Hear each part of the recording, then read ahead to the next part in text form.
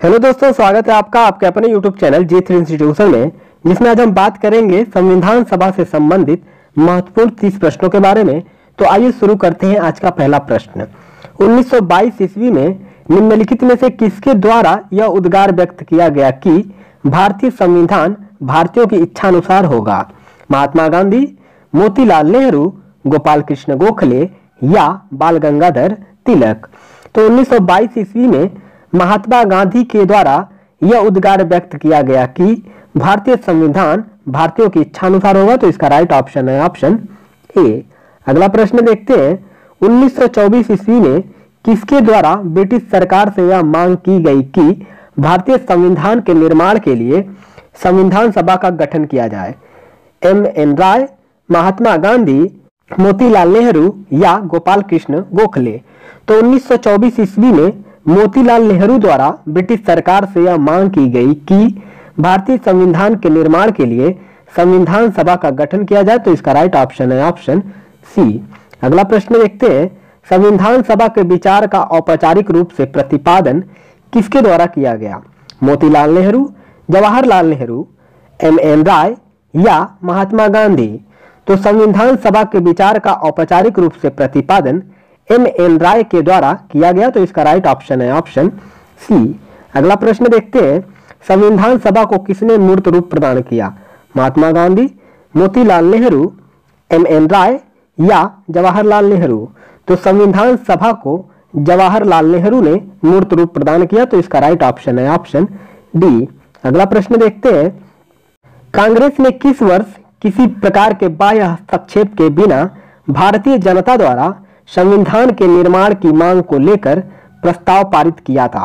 1928 ईस्वी में, 1931 ईस्वी में, 1936 ईस्वी में या 1942 ईस्वी में?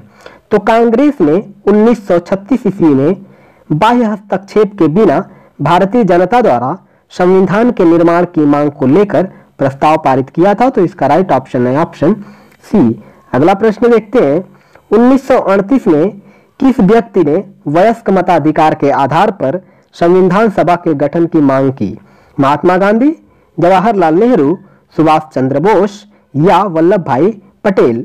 तो 1938 में जवाहरलाल नेहरू ने वयस्क मताधिकार के आधार पर संविधान सभा के गठन की मांग की। तो इसका राइट ऑप्शन है ऑप्शन बी। अगला प्रश्न देखते हैं।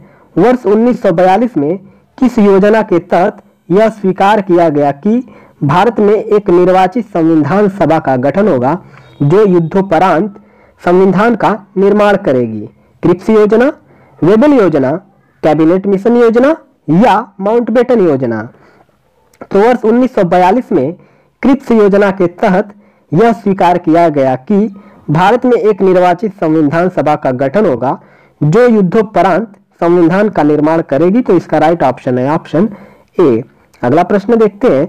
संविधान सभा के गठन की मांग सर्वप्रथम 1895 में किसके द्वारा प्रस्तुत की गई? महात्मा गांधी, जवाहरलाल नेहरू, B.R. अम्बेडकर या बाल गंगाधर तिलक? तो संविधान सभा के गठन की मांग सर्वप्रथम 1895 में बाल गंगाधर तिलक द्वारा प्रस्तुत की गई। तो इसका राइट ऑप्शन है ऑप्शन डी। अगला प्रश्न देखते हैं। भारत की संविधान सभा गठित करने का आधार क्या था? भारतीय राष्ट्रीय कांग्रेस का प्रस्ताव, कैबिनेट मिशन प्लान 1946, भारतीय स्वतंत्रता अधिनियम 1947 या भारतीय डोमिनियन के प्रांतीय या राज्य विधानमंडल के प्रस्ताव?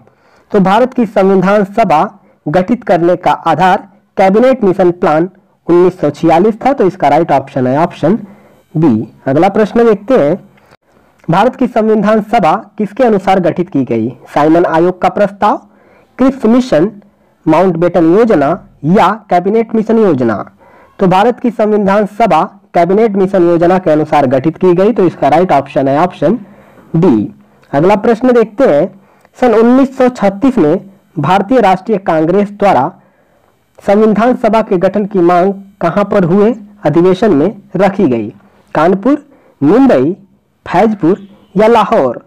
तो सन 1936 में भारतीय राष्ट्रीय कांग्रेस द्वारा संविधान सभा के गठन की मांग फैजपुर में हुए अधिवेशन में रखी गई। तो इसका राइट ऑप्शन है ऑप्शन सी। अगला प्रश्न देखते हैं, कैबिनेट मिशन योजना के अनुसार संविधान सभा में कुल सदस्य होने थे 389, 409, 429 या 505।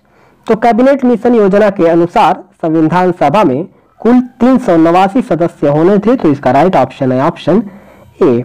अगला प्रश्न देखते हैं, प्रस्तावित मूल संविधान में कुल सदस्यों का विभाजन किस प्रकार होना सुनिश्चित किया गया था?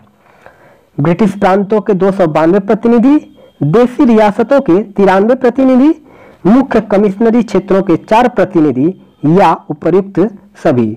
तो प्रस्तावित मूल संविधान में कुल सदस्यों का विभाजन ब्रिटिश प्रांतों के 292 प्रतिनिधि, देशी रियासतों के 93 प्रतिनिधि और मुख्य कमिश्नरी क्षेत्रों के 4 प्रतिनिधि ये उपर्युक्त सभी होना निश्चित हुआ था। तो इसका राइट ऑप्शन है ऑप्शन डी, उपर्युक्त सभी। अगला प्रश्न देखते हैं, संविधान सभा में विभिन्न प्रांतों के लिए 292 सदस्यों का निर्वाचन होना था। इनमें से कांग्रेस के कितने प्रतिनिधि निर्वाचित होकर आए? 195, 208, 225 या 235। तो संविधान सभा में विभिन्न प्रांतों के लिए 292 सदस्यों का निर्वाचन होना था। इनमें से कांग्रेस के 208 प्रतिनिधि निर्वाचित होकर आए, तो इसका राइट ऑप्शन है ऑप्शन बी। अगला प्रश्न देखते हैं, पुनर्गठन के फलस्वरूप वर्ष 1947 में संविधान सभा के सदस्यों की संख्या कितनी रह गई? 289, 299, 324 या 333। तो पुनर्गठन के फलस्वरूप वर्ष 1947 में संविधान सभा के सदस्यों की संख्या 299 रह गई, तो इसका राइट ऑप्शन है ऑप्शन बी। अगला प्रश्न देखते हैं, संविधान सभा पुनर्गठित में देशी रियासतों के लिए कितने प्रतिनिधि थे? 100, 70, 85 या 65। तो संविधान सभा में देशी रियासतों के लिए 70 प्रतिनिधि थे, तो इसका राइट ऑप्शन है ऑप्शन बी। अगला प्रश्न देखते हैं, पुनर्गठित संविधान सभा में विभिन्न प्रांतों के लिए कितने प्रतिनिधि थे? 208, 229, 249 या 289। तो पुनर्गठित संविधान सभा में विभिन्न प्रांतों के लिए 229 प्रतिनिधि थे, तो इसका राइट ऑप्शन है ऑप्शन बी। अगला प्रश्न देखते हैं, कैबिनेट मिशन योजना के अंतर्गत संविधान निर्मात्री परिषद में प्रत्येक प्रांत की आवंटित सदस्य संख्या निर्धारित करने के लिए एक प्रतिनिधि कितनी जनसंख्या के अनुपात में था? 8 लाख व्यक्ति, 10 लाख व्यक्ति, 12 लाख व्यक्ति या 15 लाख व्यक्ति। तो कैबिनेट मिशन योजना के अंतर्गत संविधान निर्मात्री परिषद में प्रत्येक प्रांत की आवंटित सदस्य संख्या निर्धारित करने के लिए एक प्रतिनिधि 10 लाख व्यक्ति के अनुपात में था, तो इसका राइट ऑप्शन है ऑप्शन बी। अगला प्रश्न देखते हैं, संविधान सभा के सदस्यों को निम्न में से किसने प्रत्यक्ष रूप से निर्वाचित किया? प्रांतों की विधानसभा, संघीय व्यवस्थापिका, उपर्युक्त दोनों या इनमें से कोई नहीं। तो संविधान सभा के सदस्यों को प्रांतों की विधानसभा ने प्रत्यक्ष रूप से निर्वाचित किया, तो इसका राइट ऑप्शन है ऑप्शन ए। अगला प्रश्न देखते हैं, संविधान सभा में किस प्रांत का प्रतिनिधित्व सबसे अधिक था? बंगाल, चेन्नई, मुंबई या संयुक्त प्रांत। तो संविधान सभा में संयुक्त प्रांत का प्रतिनिधित्व सबसे अधिक था, तो इसका राइट ऑप्शन है ऑप्शन डी। अगला प्रश्न देखते हैं, संविधान सभा में किस देशी रियासत के प्रतिनिधि ने भाग नहीं लिया था? जूनागढ़, कश्मीर, हैदराबाद या मैसूर। तो संविधान सभा में हैदराबाद रियासत के प्रतिनिधि ने भाग नहीं लिया था, तो इसका राइट ऑप्शन है ऑप्शन सी। अगला प्रश्न देखते हैं, भीमराव अंबेडकर का संविधान सभा में निर्वाचन हुआ था पश्चिम बंगाल से, मुंबई प्रेसिडेंसी से, तत्कालीन मध्य भारत से या पंजाब से।